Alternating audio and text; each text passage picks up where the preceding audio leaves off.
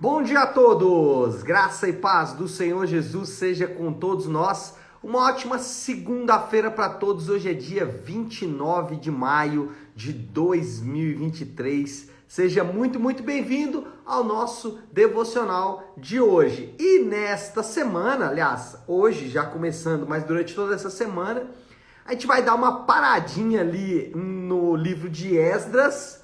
Paramos exatamente no capítulo 5. Por quê?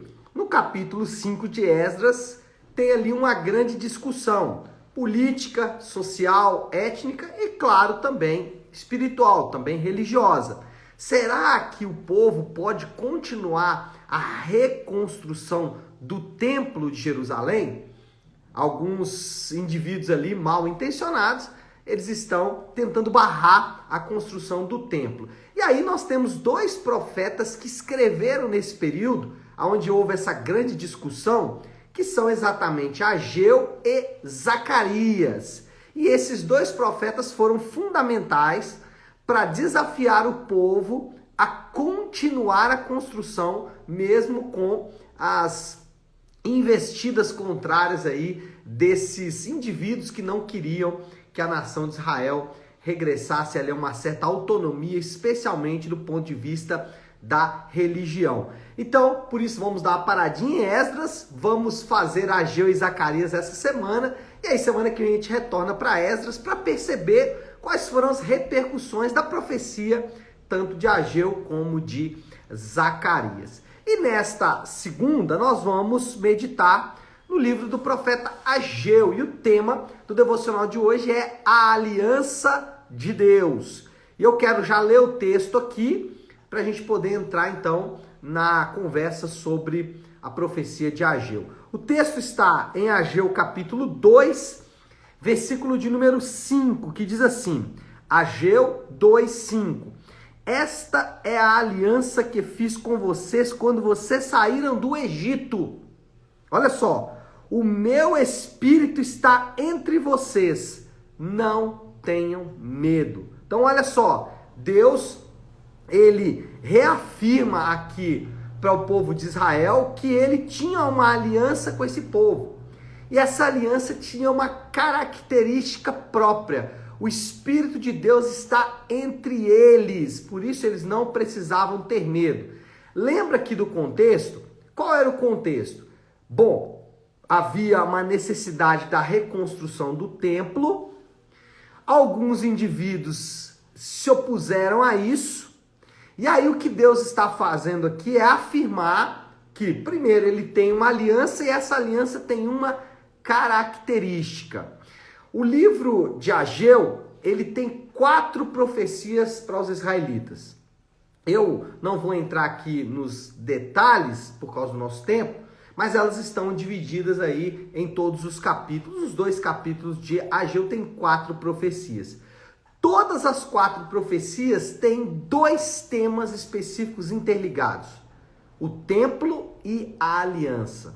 Só que o livro de Ageu, ele pode ser mal interpretado se alguns aspectos da aliança e do templo forem ignorados. É muito comum indivíduos usarem o livro de Ageu de maneira muito equivocada, fazendo asseverações e promessas que Ageu e Deus não fizeram. Aquela história de a glória da segunda casa é maior do que a primeira, ou Deus é o dono do ouro e da prata, algumas coisas que estão fora do contexto. Por quê? Porque os aspectos aliança e templo são ignorados. Nesse sentido, eu quero fazer 3 considerações importantes sobre a profecia de Ageu e que vai nos ajudar a interpretar corretamente a profecia desse que foi um dos profetas muito importantes, especialmente nesse período pós-exílico. Primeira consideração, eu falei já na sexta-feira sobre isso, aliás, semana passada falei bastante sobre isso e as próximas semanas serão sobre isso, porque basicamente o tema de Esdras, de Neemias, o tema de Ageu, Zacarias, de Malaquias é o templo. Então a gente não pode escapar da intenção do autor. Eu não posso deixar a intenção do autor de lado quanto eu sou leitor das Escrituras. Então, o que a gente vai falar primeiro sobre o templo? O templo, ele representa, apresenta e cultua o Deus da aliança. Por isso é que ele deveria ser prioridade para o povo de Deus. O povo de Deus ali deveria priorizar a construção do templo, e o Ageu vai deixar isso muito claro. Eles deveriam priorizar a construção do templo, por quê? Porque o templo, ele representava Deus, ele apresentava Deus, e o templo também era o lugar do culto a Deus. Então, por isso, ele deveria ser prioridade. Já no Novo Testamento, o Senhor Jesus também estabeleceu uma prioridade para os crentes. Lembra o que Jesus disse lá em Mateus capítulo 6? Buscai, pois, em primeiro lugar o reino, e todas essas outras coisas vos serão acrescentadas. É um texto bem conhecido e bastante usado. Então Jesus, ele fala aqui de uma prioridade também, o reino. Então nós temos aqui em Ageu uma prioridade para o povo de Deus, o templo, e nós temos lá em Jesus uma prioridade para o povo de Deus, o reino. Aí você pode aqui cometer um erro que é muito comum, de achar que Jesus desfalou Ageu. Disse, olha, Ageu estava enganado, Ageu vivia na antiga aliança, lá na antiga aliança Deus não era Deus, ou Deus era diferente, aqui na nova aliança é tudo novo. E isso é um equívoco muito grande. Ou você pode simplesmente dizer que Jesus atualizou as prioridades, o que pode fazer algum sentido. Porém, a melhor maneira de ver isso é tentar interligar as duas verdades. Em Ageu, em Esdras, em Zacarias, nós temos uma prioridade. Jesus, ele estabelece outra prioridade. Devemos esquecer as duas ou achar que uma é superior à outra? Não. Temos que interligar as duas coisas. Para isso, nós vamos pensar, por exemplo, sobre a natureza do reino. Lembra que Jesus disse que o reino não é comida nem bebida? Por quê? Porque Jesus disse que o reino ele é de natureza interior. Então essa é a primeira coisa. Segunda coisa aí, agora a gente interliga a verdade de Ageu com a verdade de Jesus. O segundo ponto sobre o reino é que quando Jesus foi ser assunto aos céus lá em Atos 8, pouco antes dele dizer assim, e vocês serão minhas testemunhas, eu derramarei do meu espírito sobre vocês. Olha só, Jesus diz, eu derramarei do meu espírito e vocês serão minhas testemunhas. Antes disso, qual foi a pergunta de Pedro? É agora que restauras o reino?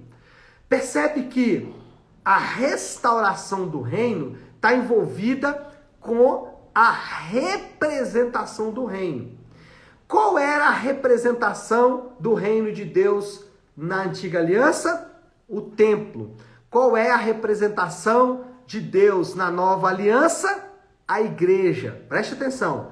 A igreja não é o reino de Deus, mas a igreja representa o reino de Deus. Aliás, vou até refazer isso aqui, vai parecer meio ambíguo, né? A igreja não é todo o reino de Deus. O reino de Deus é maior do que a igreja. Mas a igreja, ela representa hoje o reino de Deus. É o representante autorizado. Então, quando Jesus disse que a prioridade do povo de Deus é o reino, e quando Jesus diz que a restauração do reino passa pelo derramar dele sobre a igreja, para a igreja ser representante dele, para apresentar ele tanto em Jerusalém, Samaria, até os confins da terra, ele está interligando essas duas coisas. O que era prioridade em Ageu continua prioridade em Jesus e continua a nossa prioridade hoje. Nós somos chamados como igreja, como templo de Deus. Lembra que eu disse que uma pessoa sozinha não é templo? Templo é quando os irmãos estão juntos. Eles estão juntos para ser o templo de Deus, o representante de Deus e para apresentar também Deus. Então, as verdades estão interligadas. A prioridade de Ageu é a prioridade de Jesus, é a prioridade de Atos e deve ser a nossa prioridade também. Segunda coisa e segunda consideração, e eu vou andar bem rápido por causa do nosso tempo, é que A aliança, ela é um relacionamento pessoal e não comercial. Ageu destaca aqui essa verdade quando ele disse que meu espírito está entre vocês, lá já na antiga aliança. Ele está dizendo o seguinte, que essa aliança, ela tem um aspecto interior. Muitas vezes Ageu é visto e é ensinado como uma relação de troca. Se nós fizermos certinho, Deus vai nos abençoar. Mas só que não é isso que Ageu está ensinando. Ageu está ensinando o quê? Interesses em comum. Aliança envolve interesses em comum. O que Ageu está lembrando o povo da aliança é que Deus tem um interesse e que eles também têm que ter um interesse. E esse também deve ser o nosso interesse. Qual é o interesse de Deus e que nós também temos que ter? Bom, nós podemos elencar alguns, reservando por último o interesse central de Deus. Por exemplo, o interesse de Deus em salvar pessoas. Deus quer salvar pecadores. Esse é o interesse de Deus. Está escrito nas Escrituras em vários lugares. A evangelização de nações, a evangelização de povos, dos seus familiares, dos meus amigos, é interesse de Deus. Mas não só isso, Deus também tem interesse pela restauração de toda a terra. Sabemos que a terra foi alcançada, né? Não sei se essa seria a melhor palavra. A terra está debaixo de maldição por causa da queda. E Deus prometeu restaurar toda a terra. Isso é interesse de Deus, também deve ser interesse dos crentes. Mas o principal interesse de Deus, e que deve ser o principal interesse dos crentes, é a glória de Deus. Deus está interessado em glorificar o seu próprio nome. E eu não vou entrar nos detalhes do porquê Deus quer glorificar o seu nome, mas grosso modo podemos dizer que Deus, ele quer que o seu nome seja glorificado. Por quê? Porque ele é digno de toda a glória. Então, o povo da aliança precisa ter esse interesse. Deus tem que ser glorificado. E não o homem, e não as instituições A, B ou C, a igreja A, B ou C, ou o indivíduo A, B ou C, não. Quem deve receber toda a glória sempre é o próprio Deus. E a terceira consideração, então, a primeira consideração que fizemos aí, o templo apresenta e cultua o Deus da aliança. Dissemos que a igreja representa o reino de Deus. Segundo, a aliança é um relacionamento pessoal, não comercial, não é uma relação de troca. E terceiro, bênçãos e maldições estão ligadas à aliança. Bênçãos e maldições estão ligadas à aliança. O profeta, ele lembrou aos israelitas que existiam condições e repercussões ligadas à aliança. Ageu lembrou o povo aqui o seguinte, olha, existem bênçãos que estão ligadas à aliança. E ele lembrou algumas ali. Mas ele disse também que existem maldições ligadas à aliança. E ele lembrou esse povo também dessas maldições. Ele disse, olha, vocês podem estar ajuntando para colocar em uma bolsa furada. Vocês plantam muito e colhem pouco. Por quê? Porque existem maldições ligadas à aliança. Assim como também existem bênçãos ligadas à aliança. E aí a gente pode falar, nossa, maldição ligada à aliança? Irmãos, essa dinâmica de bênção e maldição, ela está presente na era apostólica. Lembra que em vários lugares do Novo Testamento nós presenciamos, tanto Jesus como os apóstolos, dizendo o seguinte, quem ouvir o chamado do evangelho é salvo, mas quem não ouvir é condenado. Bênção para aquele que ouve e maldição para aquele que não ouve. Então, não podemos nunca nos esquecer desta realidade da aliança.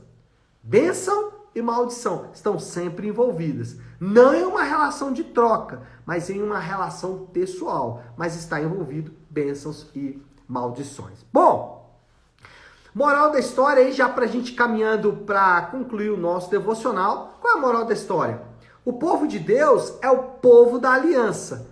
que levanta todo mês o pão e o cálice em memória dessa aliança. Não podemos nunca nos esquecer que nós somos representantes de Deus por causa do templo e nós somos também ligados a Deus em um relacionamento pessoal através da aliança, representado ali pelos elementos do pão e do cálice que é servido todo mês na ceia do Senhor.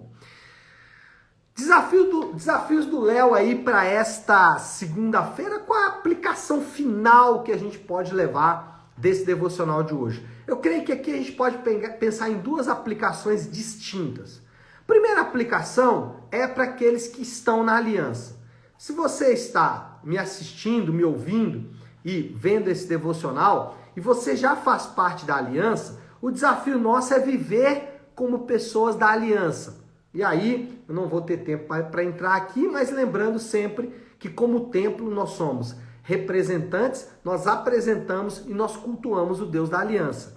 Esse é o papel do templo. Então, aqueles da aliança devem viver como representantes de Deus, devem apresentar Deus e devem cultuar Deus em todo o tempo. Inclusive, na reunião do povo de Deus, que a gente chama de culto também.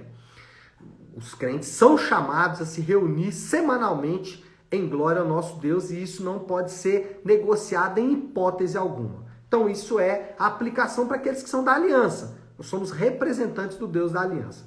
Aqueles que não estão na aliança ainda, se você ainda não fez a aliança, pastor, como eu sei que eu fiz a aliança? A aliança, ela também tem um representante. Assim como você, quando se casa, faz uma aliança com um homem, com uma mulher, você tem que ir no cartório, você tem que ir na igreja, porque você tem que afirmar publicamente essa aliança. A aliança com Deus também deve ser afirmada. De que forma? Por meio do batismo bíblico. O que é o batismo bíblico? É o batismo de convertidos, ou seja, de indivíduos que podem fazer uma pública confissão de fé em Jesus. Então, nesse caso, esses indivíduos que fazem essa declaração pública de fé em Jesus, esses indivíduos estão em uma aliança com Deus.